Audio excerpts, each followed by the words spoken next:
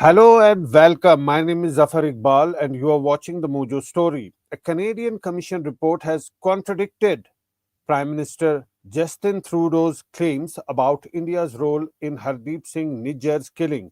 Hardeep Singh Nijjar was a Khalistani separatist.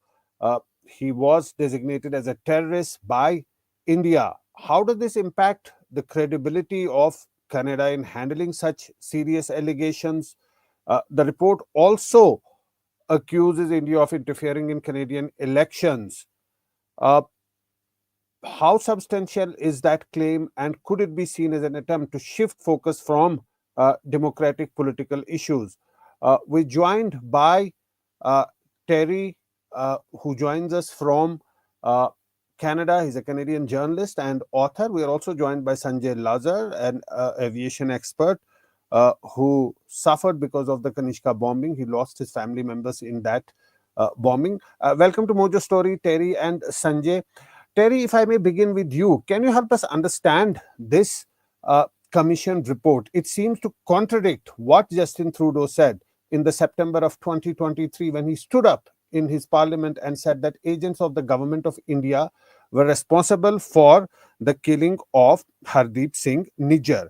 Now, this report says exactly, if I may read from that report, it says that in brackets it says, though again no definitive link to a foreign state could be proven when it talks about the killing of Hardeep Singh Nijjar. That is the report on the screen.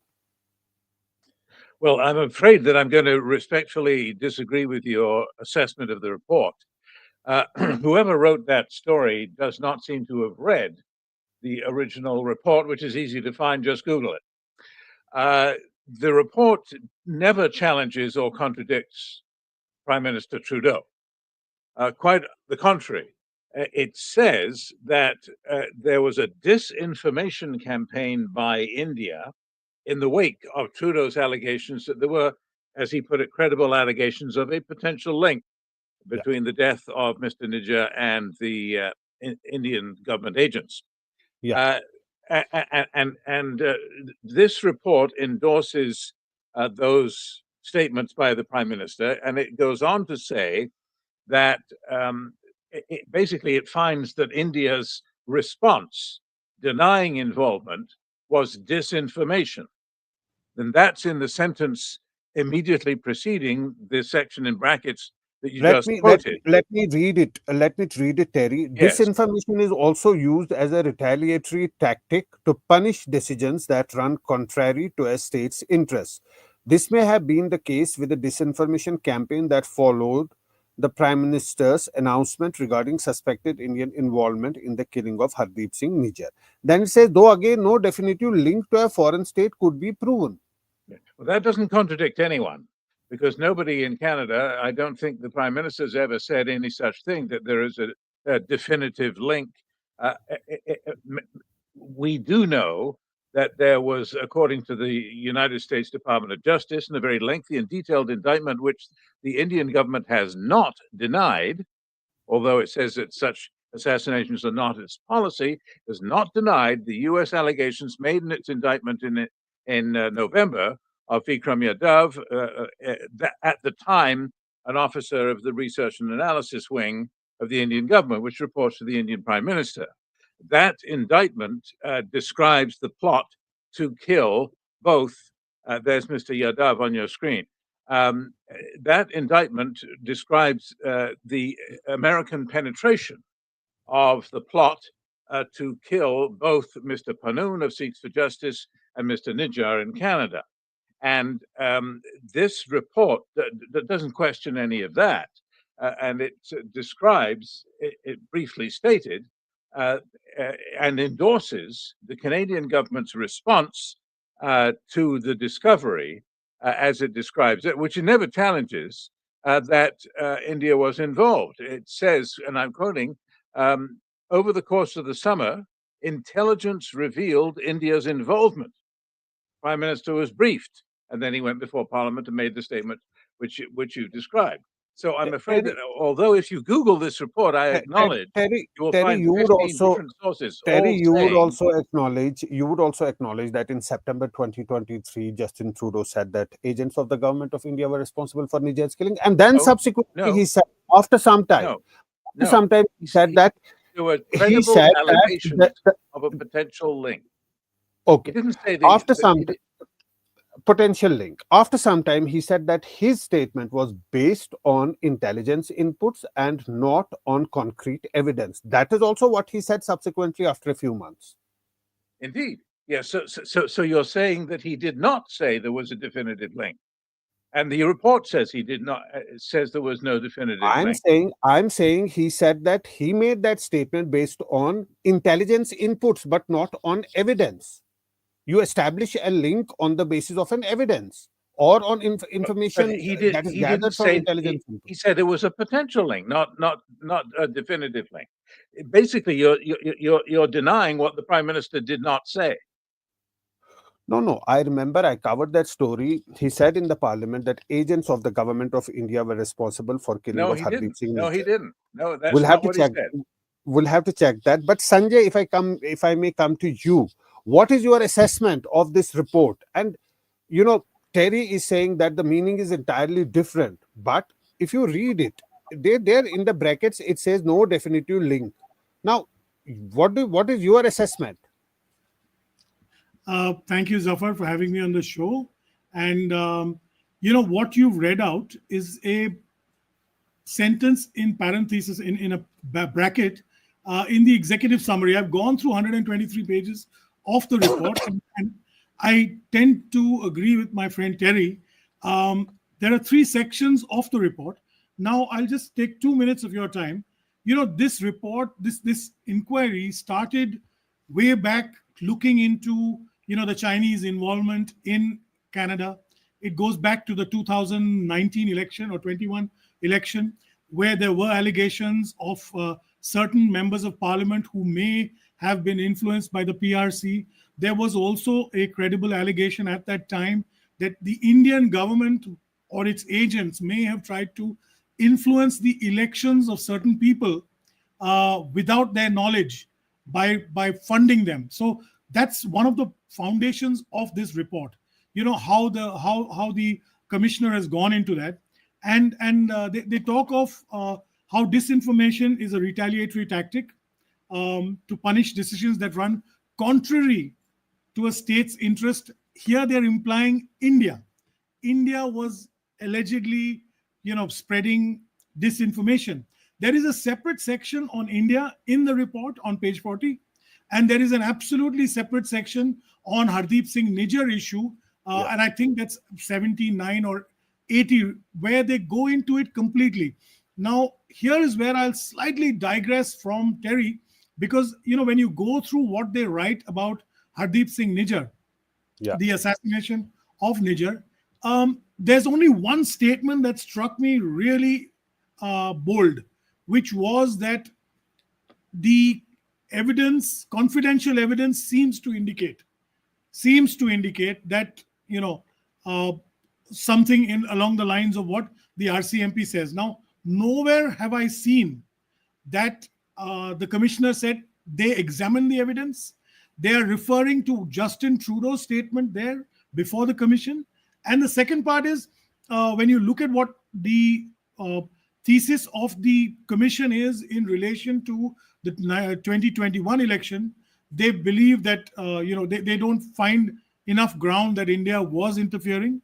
They do, however, say that it is India's goal, for referring to October 2024, violent criminal activity in Canada, including homicides, extortions with connections to the government of India, is consistent with the classified evidence, national security and intelligence community as an emerging cyber threat actor in the world. That's what they classify India as. And they claim that we are, as Indians, our government is targeting the 800,000 Sikhs in Canada.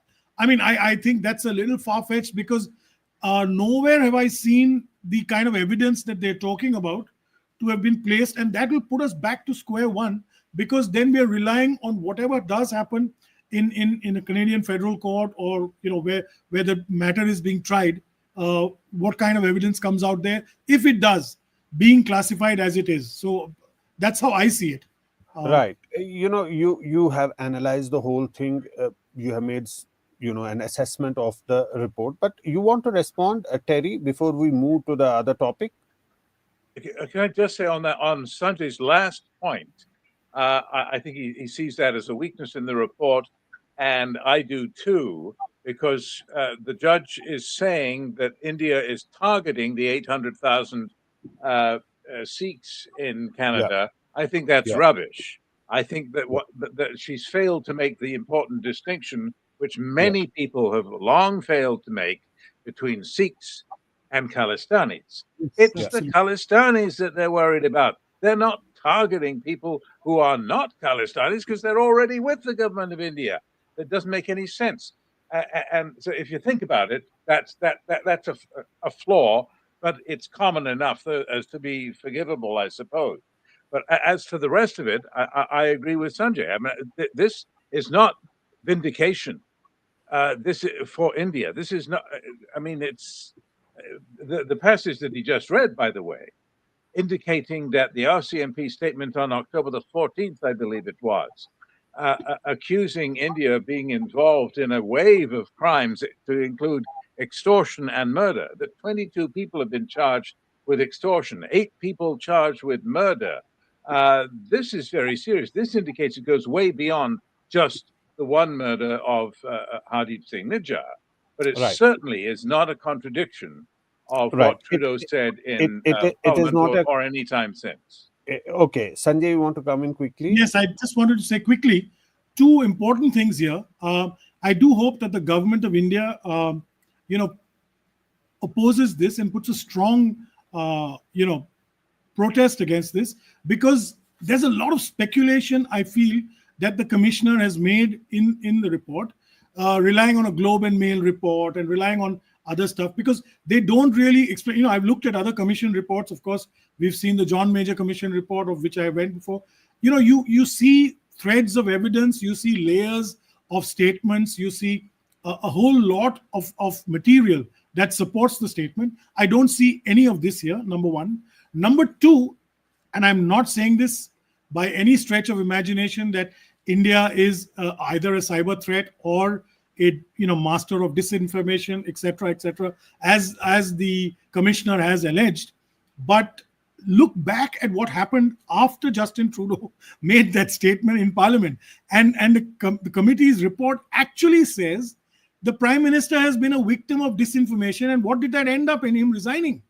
So, I mean, I'm trying to tell you, he got shot by his own gun by making such a knee-jerk statement. Whether it was true or not will be proven in the court. Zaffar, mind that. But for a head of state to have done that and then face the ire of maybe Indian supporters in Canada, Indians abroad, and the Indian government, and as the largest democracy in the world, I think if you did not have strong, credible evidence, which you perhaps have, but you're not disclosing, then you really can't, go to town in this. And I think that itself has of course, there are a number of other factors that sunk the Trudeau boat all along in the last 2 to 4 years. Canadian public are pretty unhappy with him. That is an important point. But I want to come back to the report. Terry, the same report accuses India of interfering in Canadian elections. Yes. A charge that India has strongly rejected. How do they reach to such conclusion? It's a very big statement to me. You're right to point that out, because it is rather a weak section. If you look at the language of that section, it says suspected foreign. It refers to suspected foreign interference. It's not. There's nothing definite here. It says intelligence holdings indicate, whatever that means. It means it's a suggestion. Indicate that India may have attempted to clandestinely provide financial support to preferred candidates during the 2021 election without the candidate's knowledge. And she goes on to say that the government handled that fine. Well, I mean, we don't even know if she knows it happened. I mean, this is the sort of writing that, if a young reporter came to me with that, I said, well, what are you saying here? It may have, who knows. So it's hard to place much credence in this. What strikes me about it, though, is that elsewhere in the report, she is quite clear. And on the question of, she never challenges the government on the allegation that the government of India was involved in the murder of Nijjar. There's no suggestion to the contrary anywhere, and that's quite striking because she has seen the classified evidence which we have not, and that in turn explains your other comment, which is also accurate. That should you go public if you can't make the evidence public? Well, Right. it's an interesting debate to be had about that. But remember that Canada, as a member of the so-called Five Eyes intelligence group, wouldn't remain a member for very long, would it, if it made somebody else's intelligence public? I mean, that's a basic rule of how the Five Eyes and most intelligence agencies operate. I am not able to make public intelligence which your agents risked their lives, perhaps in some clandestine operation, to get, and that you shared with me on the understanding that I wouldn't reveal it.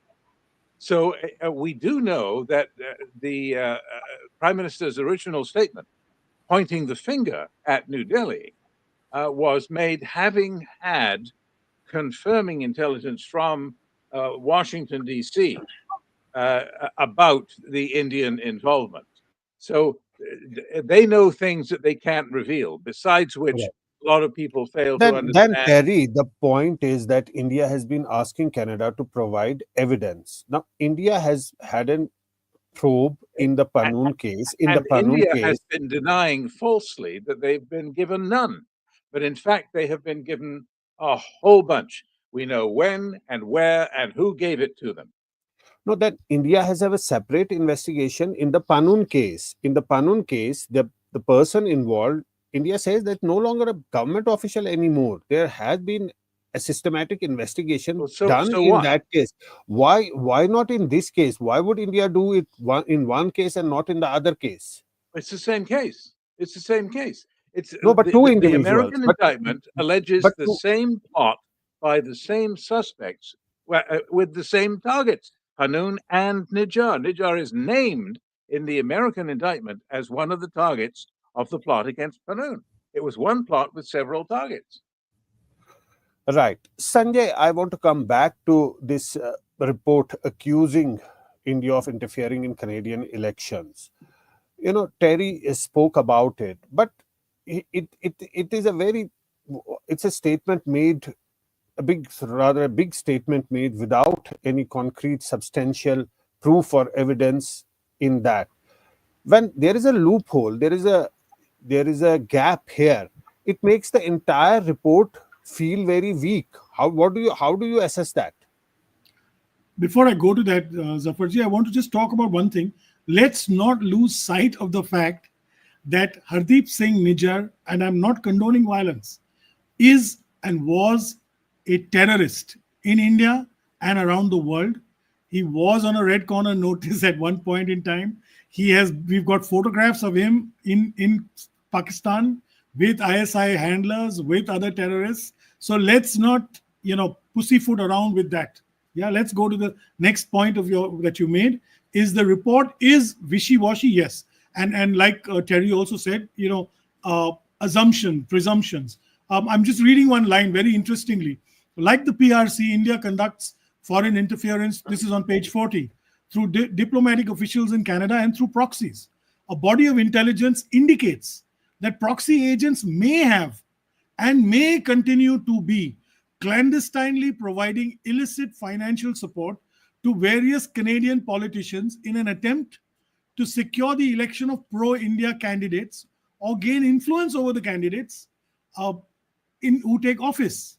In another part of the report, the same commission reports that the Canadian political system is robust and strong, and all the MPs are very secure, and none of them have fallen prey to this. And thereafter, in this same paragraph, they go on to say, this intelligence, mind you, does not necessarily indicate that the elected officials or candidates involved were aware of the interference or that the attempts succeeded. So if it didn't There are succeed, I there are mean, discrepancies, there are no, it's contradictions, crazy. Terry. I'm a lawyer, and let me tell you, if I had this report in India and this was issued by an Indian commission, I'd move the High Court and get this quashed in 15 minutes. Any LLB would have done this because there's so many gaping holes in terms of the legalities in the structure. I find that it's a paintbrush. They just painted some colors. Yes, there are some statements that they've referred to, and I do not mean to disrespect the commission. I have great regard for Canadian law, but let's understand that the report isn't as strong as the statements of the Prime Minister of Canada in the House of their Parliament. So I find a lot more homework needs to be done. Maybe another addendum to this report will have to come out, plugging all the gaps, the loopholes. Essentially, it's a 70% China report, 10% India, 10% Iran, 10% Pakistan kind of thing. One paragraph to Harjit Singh Nijjar, obviously, because you had the Prime Minister and then you had the Deputy Prime Minister and a couple of other worthies who went before the commission and just spoke ad nauseum about Nijjar and Indian foreign interference during that time. So obviously there would be something, but I'd say they need to go back and there's a lot to be proven in the trial. I think it'll be interesting to see the trial. There are a lot of gaps, Terry. Sanjay is saying. Could it be because there are talks about China, Pakistan, India, Niger? Some say it's perhaps again an attempt to shift the focus from the domestic issues in Canada, or is it? Well, I think that, I mean, in part, there's a problem with the consumer of this intelligence. That's us, as well as with the vague language employed by the commissioner herself. She's a judge, and judges deal with criminal cases where you make a mistake, somebody goes to prison. It's very serious. You can't just throw around allegations unless you're absolutely damn sure that you've got the evidence, so you've got the jury, and that it's nailed down. And so, for that reason, when she's dealing not in that world, nobody's suggesting that it's illegal for an Indian agent to take a member of parliament to lunch and butter him up and tell him how handsome he is and gain influence over him. There's nothing illegal. So in this shadow area of the law and of international practice, a lot happens that looks shady if you write it that way, in the same way as somebody was able to read this report and write a story which everyone in India seems to believe that this report contradicts Trudeau. It doesn't do that at all. But you can write it that way. So the imprecision of the language is understandable when you take a judge used to trying criminal cases with 100%, beyond a reasonable doubt. Everything has to be nailed down. And they're in the real world where life isn't like that, is it? Sometimes, what you see and what I see, we're both eyewitnesses and we both tell different stories. I mean, that's just a fact of life. I think we have to take into account that. But we have to be clear that this is not good news for the Indian government, I'm afraid. This report is not a contradiction. It's not a vindication of India's stand.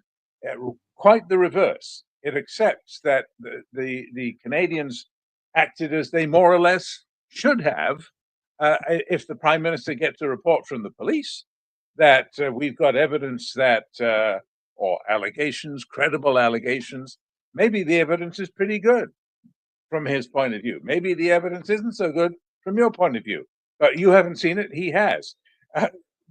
That's the problem here.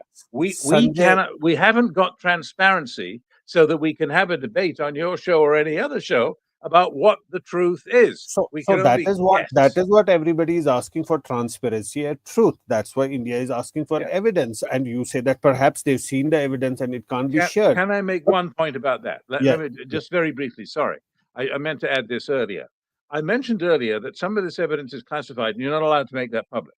So that's just, that's not an option. You can say until you're blue in the face that Trudeau's terrible because he didn't produce the evidence. Well, we would lose our standing in the world at large, not to mention the Five Eyes, if we made somebody else's intelligence public. But that's not all. In addition to that, as Sanjay probably knows Canadian law as well as I do, you're not allowed to broadcast the evidence in public before the trial when you get to the trial in Canada and in Canadian law, you're supposed to be able to face the evidence yourself and produce witnesses to contradict it if you can. But what you Terry, the cannot do, point is yes, prosecutors can't yes. make The all the point evidence is well public. taken, Terry. The They'll point is lose well taken they'll that lose the case. Terry, the point is well taken that evidence cannot be made public. But I go back to Justin Trudeau's statement. He said that this was based on intelligence input and not evidence. He said that it's not based on evidence, the statement that he made. So whether making the evidence public or not comes second. We go back to the Prime Minister's statement where he said that he made the statement based on intelligence inputs, not on evidence. Well, what if the intelligence is true? Then it's evidence. I mean, this is a whole edifice has been built by critics in India upon this supposed distinction. Oh, well, intelligence is a completely different beast. That's not evidence. Evidence is something completely different. Wait a minute. If your intelligence checks out and it turns out to be true, it's evidence. I mean, that's what you take it to court.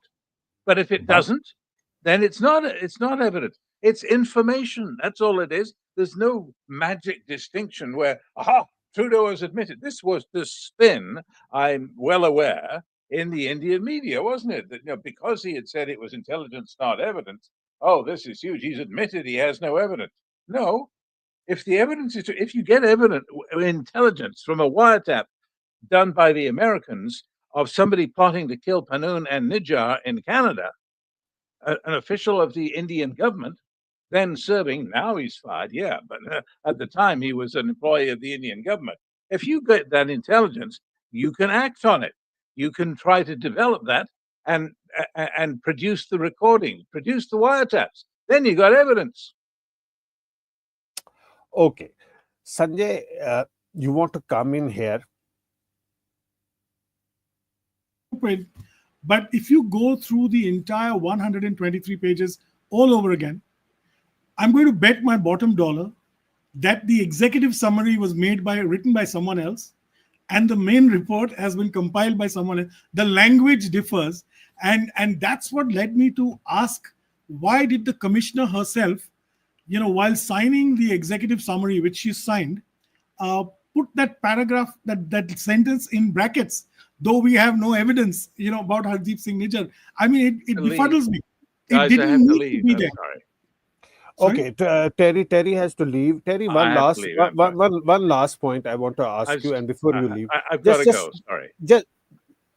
Just one point. How do you see India-Canada relations going here on after all of this has happened? I'm sorry, I'm late. That's why I advised everyone up front. I'm sorry, I've got to go. Okay, Terry. Okay, fine. You can go, Terry. Thanks for joining us. But yeah, that's perfectly fine. Sanjay, how do you see the relationship between the two countries moving here on after, as Terry says, that it is not the way that it is being reported here? It's in fact, this report doesn't sound good for India, and in turn, it may not help the relationship between the two countries.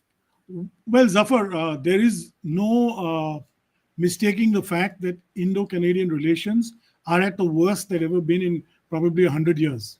So let's understand that.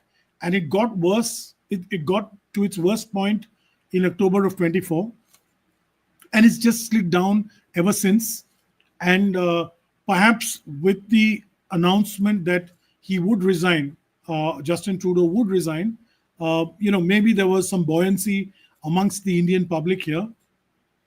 Be that as it may, I do not see any change in the diametrics or the dynamics of the Indo-Canadian relationship, even when the new leader of the Liberal Party takes over. This report, I see it as a balancing act. They've really said nothing by saying everything. They've not had evidence, but they've had to substantiate some things. So they've put it down there because, obviously, there were certain things that they have access to.